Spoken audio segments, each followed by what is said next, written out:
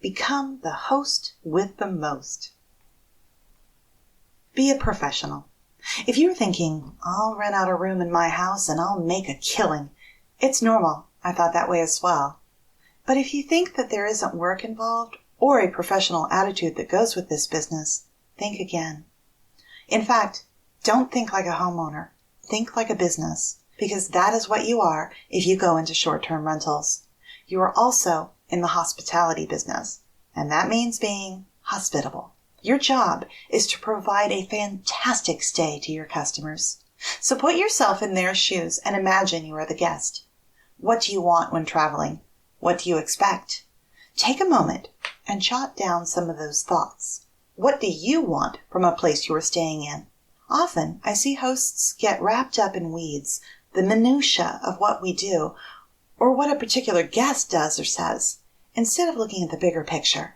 And the bigger picture is that we must be professionals in everything we say or do. By all means, be down to earth, welcoming, humorous, and even odd. I am. It's allowed. I'm plenty weird, and most of my guests love that about me. But remember what is happening here. As a host, I'm providing a safe, comfortable, appealing place for someone to stay in. So I want my guests to feel cared for, appreciated, and above all, to have their basic needs met. The hospitality business is all about that. And in return, I get paid. Money lands in my hand or bank account, and I clean up, turn around, and welcome the next guest, and the next, and the next. So what do I mean by be a professional? Well, be a professional in presentation. Tip: create a guest handbook, or better yet, purchase a ready-made template like this one.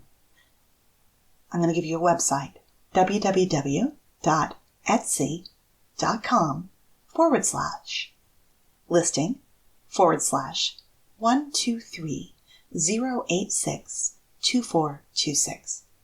Given enough time and energy, I could have recreated this template myself.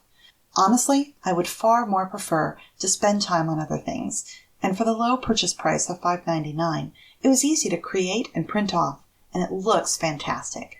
Be sure to include a photograph of your welcome book in your listing.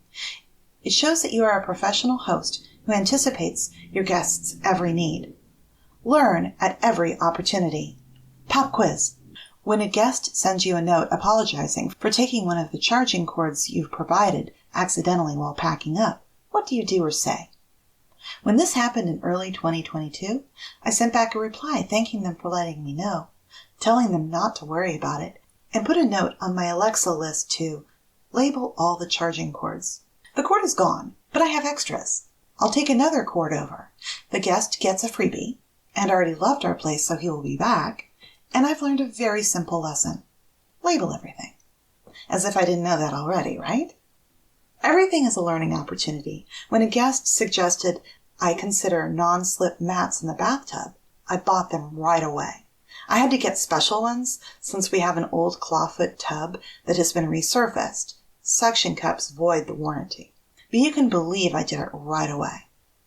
Each guest suggestion, whether or not I act on it, is treated with respect and careful consideration.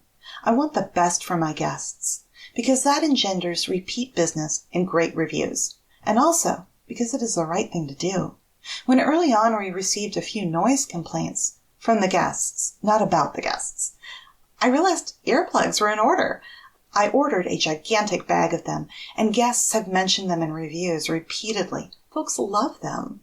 I ask for suggestions on how we can improve the place to be posted in the private feedback section. In January 2022, we received the following suggestion.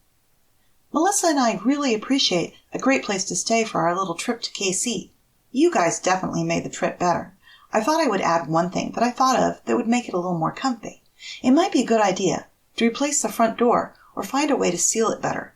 This is probably only a problem in the winter, but that front room was quite a bit colder than the rest of the house.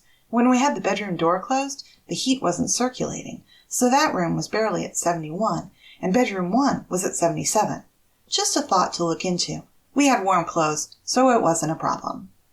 It was the first truly frigid few days of winter, and yes, I have 3 blankets and throws scattered about the living room, but Ray's suggestion is good. Instead of a new door, since it is an antique beveled glass door and very heavy and sturdy, I will probably look into a nice storm door, which would be an excellent thing to have anyway.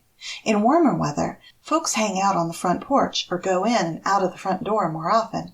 A storm door that has a screen insert would keep the flying insects out in the warm months and help conserve heat in the winter. I don't take every guest's suggestion.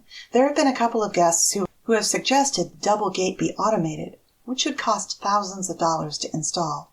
My property simply doesn't earn that kind of money. I love getting this kind of feedback. It gives me a plan for the future as I continue to craft the best guest experience possible. I urge you to keep an open mind when you receive reviews. You don't need to offer discounts or comp someone's stay when the tiniest thing goes wrong. But many of my guests' suggestions, questions, or issues have taught me more than any book I read or podcast I listened to when preparing to open my first short-term rental. I'll go into detail on reviews in the next part. Another vital aspect of being a professional STR host is communicating professionally, so much so that I dedicated this next chapter to that. Read on.